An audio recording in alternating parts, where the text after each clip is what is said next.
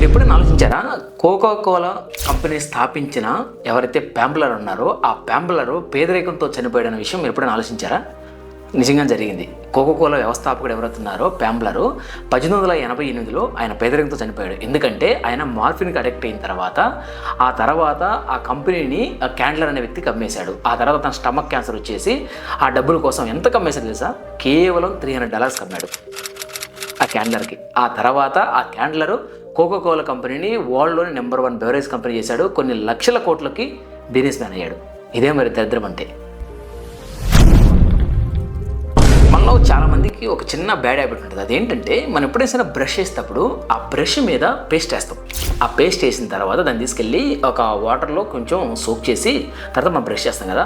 గుర్తుంచుకోండి, next time ఎప్పుడైనా brush చేసేటప్పుడు మీరు ఎప్పుడు కూడా పేస్ట్ వేసిన తర్వాత ఆ పేస్ట్ని వాటర్లో తడపద్దు. ఎందుకంటే ఒకవేళ మీరు వాటర్లో తడిపితే దాంట్లో ఉన్న యాక్టివ్ ఇంగ్రీడియంట్ అనేది డైల్యూట్ అయిపోతుంది, అలాగే దాంట్లో ఉన్న ఫ్లోరైడ్ కంటెంట్ అనేది తగ్గిపోతుంది. సో కాబట్టి మీరు ఫైనల్గా బ్రష్ చేసినా సరే ఆ బ్రష్ అనేది ఇంపాక్ట్ అనేది మీ పళ్ళ మీద ఎక్కువ ఉండదు. సో కాబట్టి మీరు ఈసారి చేయొద్దు.